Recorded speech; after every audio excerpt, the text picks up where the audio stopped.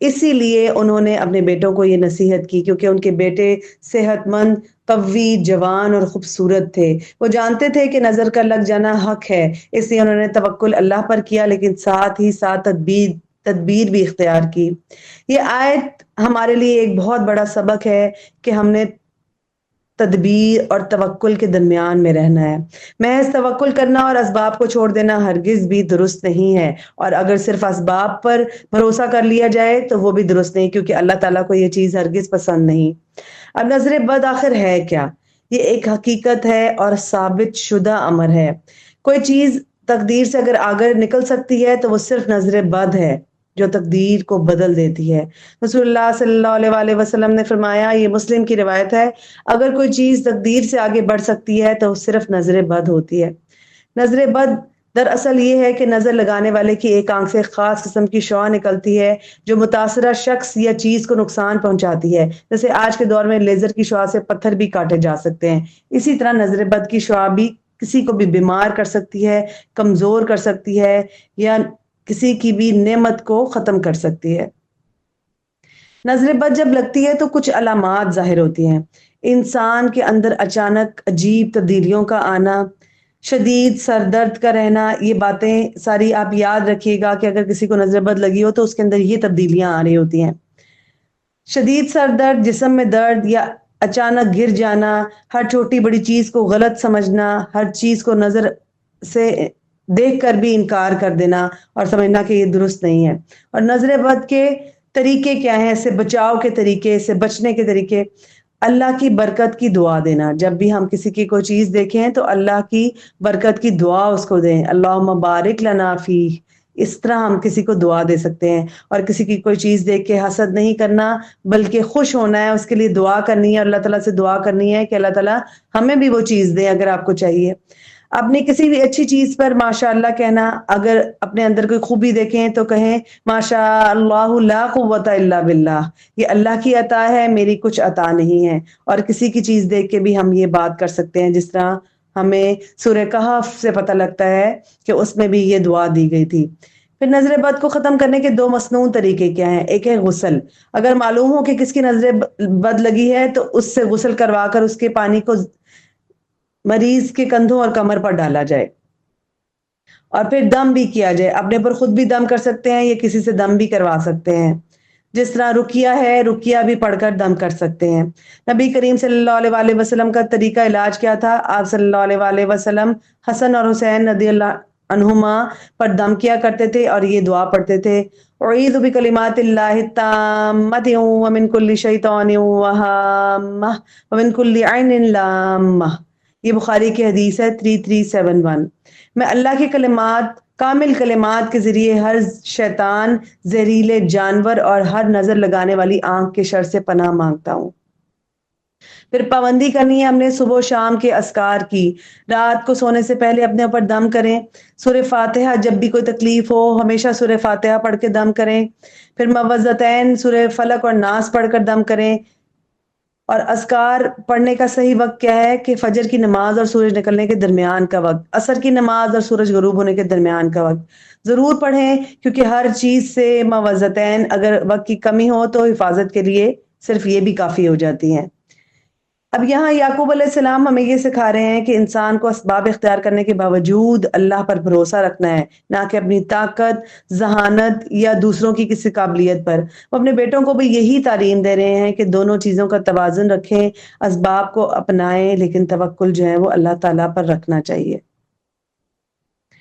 آیت نمبر 100 میں یوسف علیہ السلام کی خواب کی تعبیر ہو رہی ہے، جس میں انہوں نے دیکھا تھا کہ سورج، چاند اور 11 ستارے ان کے سامنے سجدہ ریز ہیں۔ یعقوب علیہ السلام، حضرت یوسف علیہ السلام کی والدہ اور ان کے 11 بھائی جب مصر پہنچتے ہیں، ان کو بلایا جاتا ہے اور دربار میں داخل ہوتے ہیں تو سب یوسف علیہ السلام کے سامنے تعظیمی سجدہ کرتے ہیں۔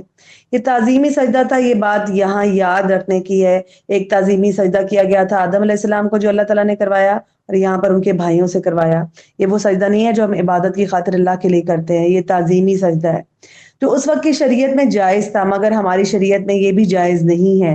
اسلام میں کسی بھی انسان کے لیے جھکنا یا سجدہ کرنا ہرگز اللہ تعالیٰ نے جائز قرار نہیں دیا بلکہ منع ہے، حتیٰ کہ ملتے ہوئے سر یا کمر جھکانا بھی درست نہیں۔ ہمارے دین میں حکم یہی ہے کہ ہاتھ ملائیں، مسکرائیں، سلام کریں، لیکن جھک کر یا نیچے ہو کر کسی کو سلام نہ کریں۔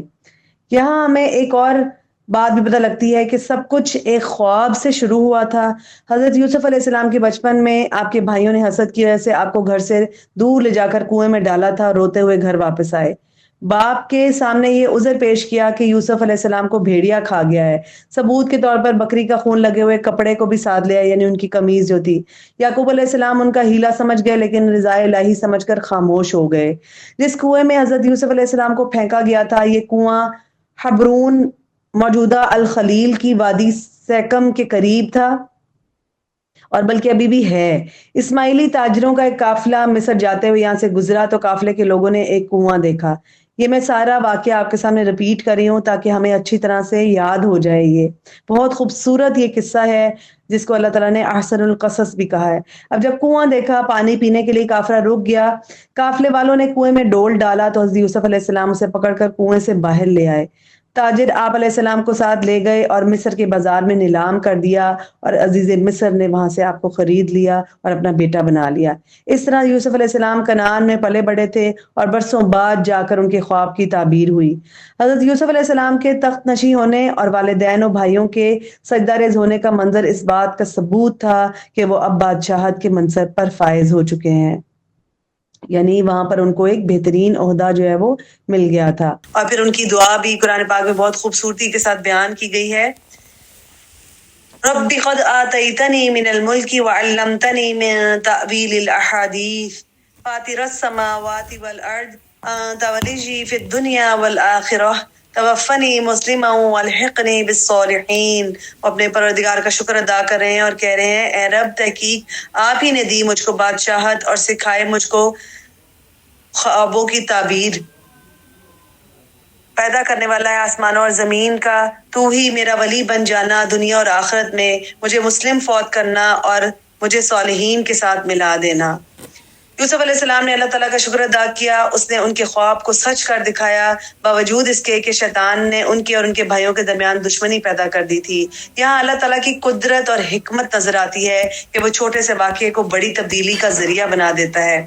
اللہ تعالیٰ شر میں سے بھی خیر کو ظاہر کر دیتا ہے۔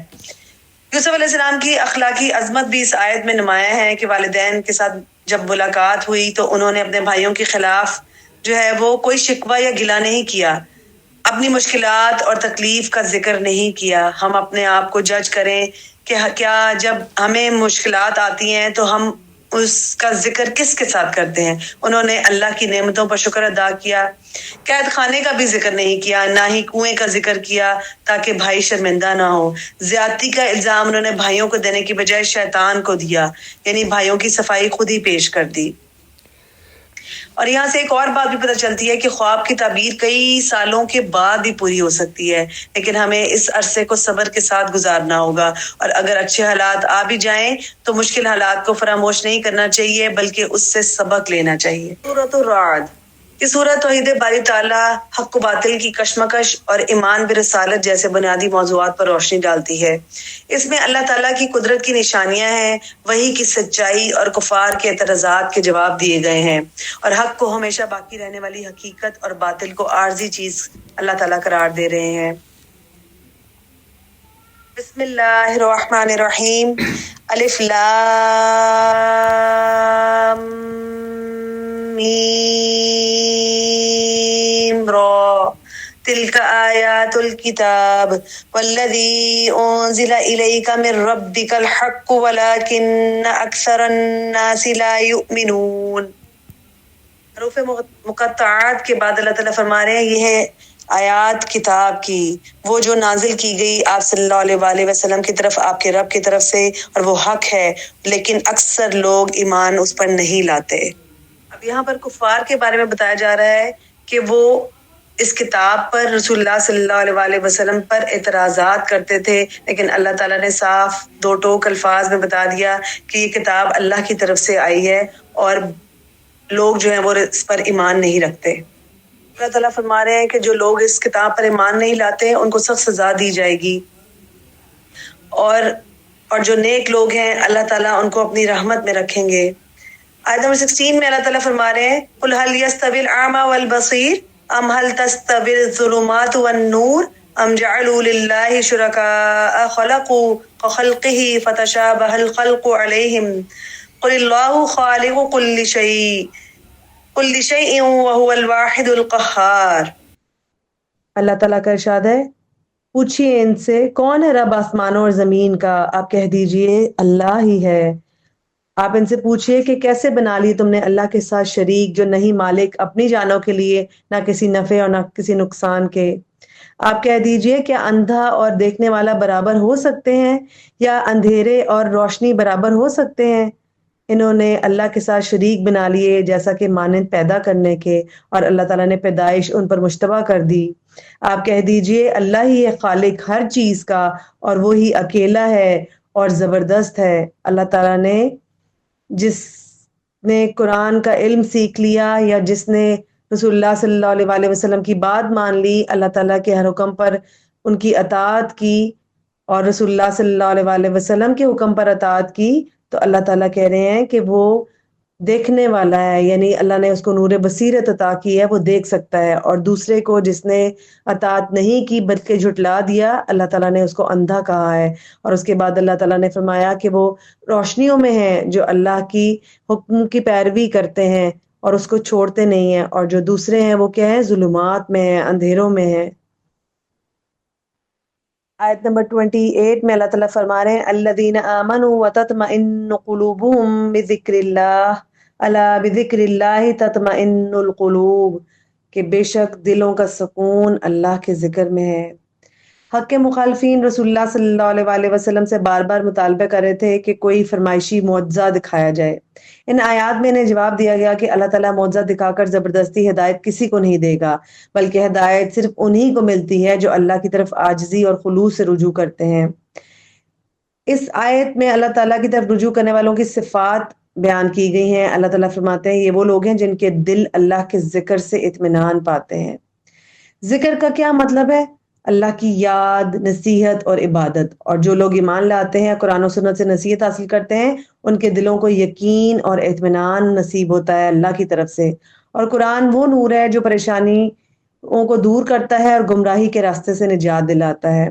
اور قرآن اللہ کی نازل کردہ نصیحت ہے۔ اللہ تعالیٰ نے فرمایا سورۃ الحجر میں آتا ہے بے شک ہم نے ہی یہ نصیحت یعنی قرآن نازل کی اور ہم ہی اس کی حفاظت کرنے والے ہیں۔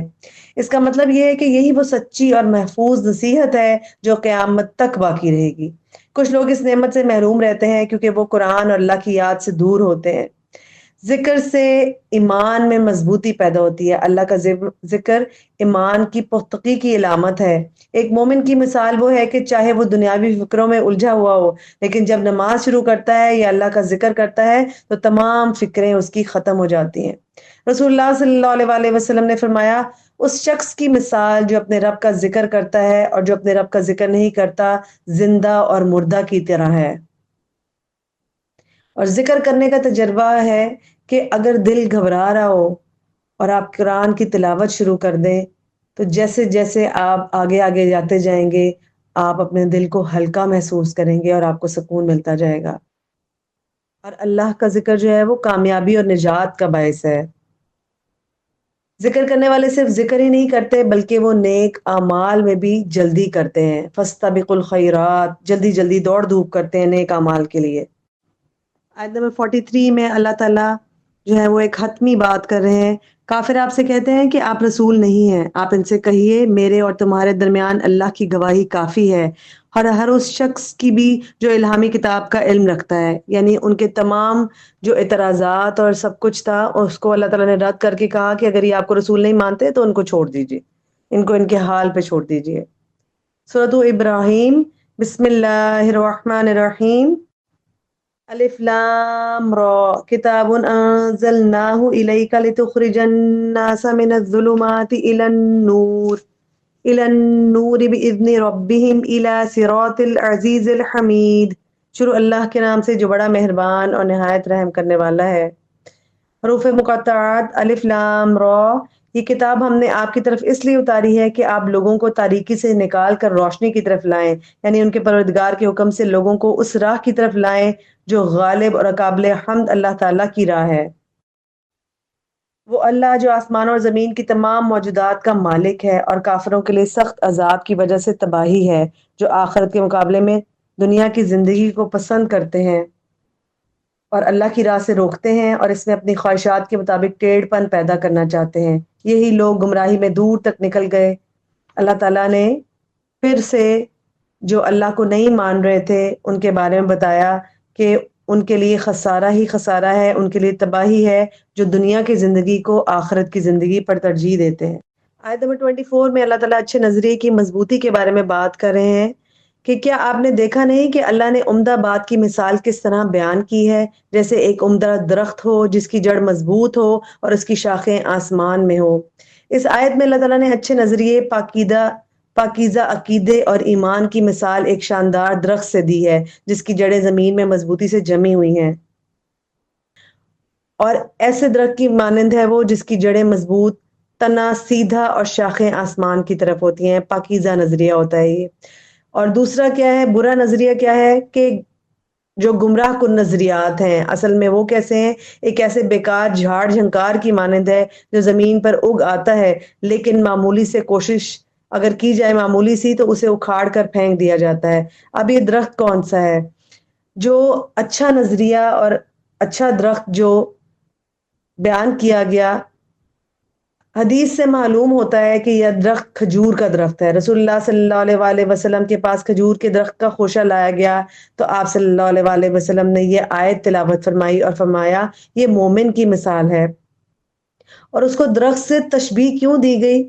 ایک درخت اس وقت تک کوئی نہیں ہلا سکتا جب تک کہ اس میں تین چیزیں نہ ہوں: مضبوط جڑیں یعنی دل میں ایمان اور یقین مضبوطی سے جمع ہوا ہو، اور سیدھا کھڑا تنا یعنی زبان سے ایمان کا واضح اقرار ہو، اور بلند شاخیں کیا ہیں؟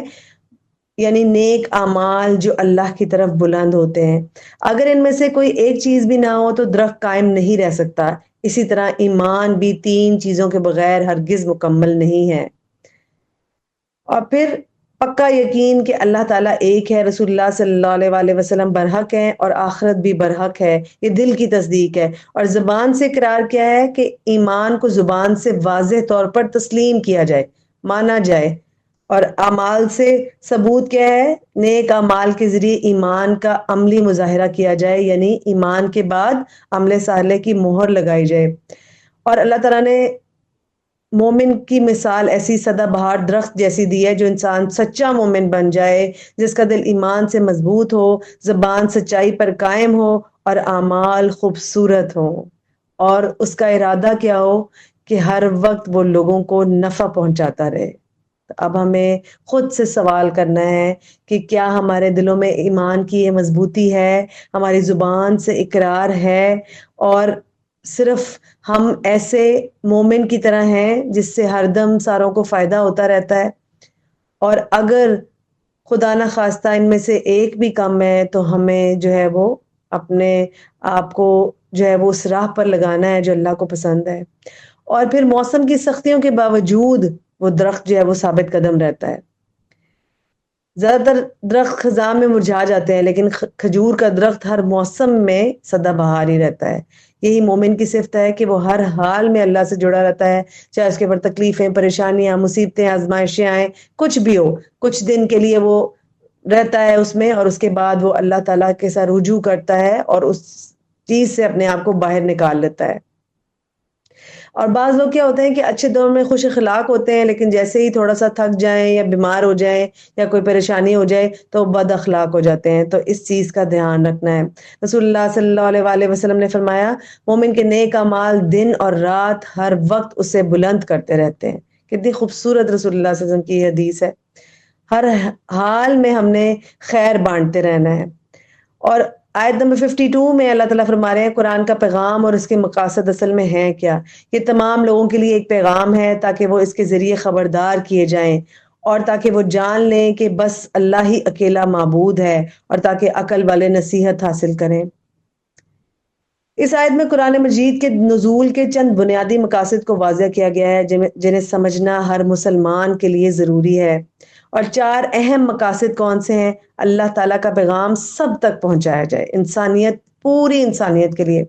قرآن صرف کسی مخصوص قوم یا طبقے کے لیے نہیں ہے، بلکہ ہر انسان کے لیے جو اس دنیا میں آیا اور آئے گا، اور اس کا پیغام سب تک پہنچانا ہر مسلمان کی ذمہ داری ہے، میری، آپ کی، ہم سب کی، تاکہ لوگوں کو اس کے ذریعے خبردار کیا جائے اور ڈرایا جائے۔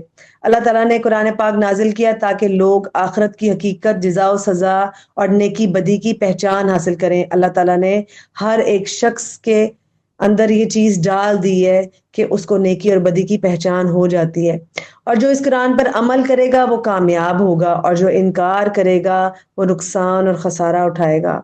لوگوں کو علم ہو جائے کہ عبادت صرف اللہ کی کرنی ہے، یہی قرآن کا مقصد ہے۔ سب سے اہم پیغام توحید ہے، یعنی اللہ تعالیٰ کے سوا کوئی معبود نہیں، اس کا کوئی شریک نہیں، اور اس کے سوا کوئی عبادت کے لائق نہیں۔ ہم روز اللہ تعالیٰ کو 5 نمازوں میں اور ہر رکعت میں یہی کہتے ہیں، ایاک نعبد و ایاک نستعین اہدنا الصراط المستقیم۔ اے اللہ، ہم صرف آپ کی ہی عبادت کرتے ہیں اور صرف آپ سے مدد مانگتے ہیں۔ اور پھر ایک اور بات یہ ہے کہ عقل والے اس سے نصیحت حاصل کریں۔ اس آیت میں عقل والوں کا خاص طور پر ذکر کیا گیا ہے، کیونکہ اصل نصیحت وہی حاصل کرتا ہے جو سمجھ بوجھ رکھتا ہے۔ اب ہم کہیں کہ سمجھ بوجھ تو سبھی کے پاس ہے، لیکن کوئی اس کو اللہ کی راہ میں استعمال کرتا ہے اور کوئی بالکل بہرا گونگا اندھا بن جاتا ہے۔ اگر انسان عقل کا استعمال نہ کرے تو اللہ تعالیٰ نے کہا ہے کہ وہ جانوروں سے بھی بدتر ہے، اور وہ نصیحت بھی قبول نہیں کرتا تو وہ گمراہی میں پڑا رہتا ہے، پھر اللہ تعالیٰ اس کو چھوڑ دیتے ہیں۔